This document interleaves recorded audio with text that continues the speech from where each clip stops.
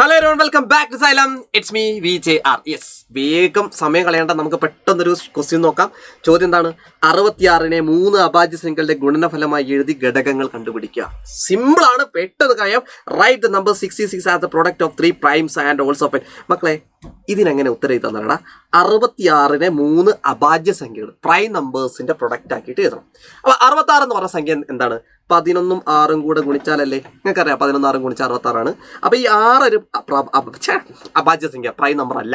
അതുകൊണ്ട് തന്നെ 6നെ നമുക്ക് എന്ത് ചെയ്യാം? 2 × 3 എന്ന് എഴുതാം. ആർക്കും സംശയമല്ലല്ലോ. ഇവർ പറഞ്ഞിരിക്കുന്ന 3 അഭാജ്യ സംഖ്യ പ്രൈം നമ്പർ ആക്കാൻ പറഞ്ഞിട്ടുണ്ട്. അതുകൊണ്ട് 6നെ 2 × 3 എന്ന് എഴുതി. ഓക്കെ, അപ്പോൾ ഇതാണ് 3 അഭാജ്യ സംഖ്യകളുടെ ഗുണനഫലം. ഒരേ പൊളി, ആൻസർ സെറ്റ് ആണല്ലോ.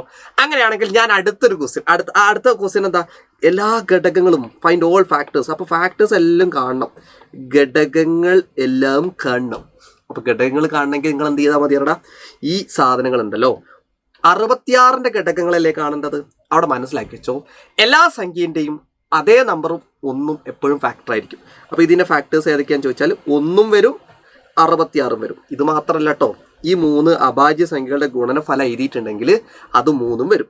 അപ്പോൾ 11, 2, 3 അഭാജ്യ സംഖ്യകളുടെ സാധനങ്ങളെ കുറിച്ചാണ് പൊതുവെ പരീക്ഷയ്ക്ക് ചോദിക്കാറ്. അതുകൊണ്ട് അങ്ങനെ വരുന്നത് കേട്ടോ. എന്നിട്ട് എന്ത് ചെയ്യുക? അത് ഗുണിക്കുക, അത് കൂടെ ഗുണിച്ച് 11ഉം 2ഉം ഗുണിച്ചാൽ 22 അടുത്ത ഘടകം. 11ഉം 3ഉം ഗുണിച്ചാൽ 33 അടുത്ത ഘടകം. പിന്നെ ഈ 2 3 കൂടെ അല്ലേ ഗുണിക്കാൻ ബാക്കിയുള്ളൂ? 6. ദേ നമ്മുടെ ഉത്തരം ഒരേ പൊളി എന്ന് പറഞ്ഞ കമന്റ് ചെയ്തേക്ക്. കമന്റ് സെക്ഷനിൽ നമ്മുടെ കമന്റ് സെക്ഷനിൽ ഫീഡ്ബാക്ക് എഴുതാൻ മറക്കല്ലേ. ഒരേ പൊളി എന്ന് പറഞ്ഞ കമന്റ് ചെയ്തേക്ക്. നമുക്ക് ഇന്നത്തെ ക്ലാസ് അവസാനിപ്പിക്കാം. ബൈ.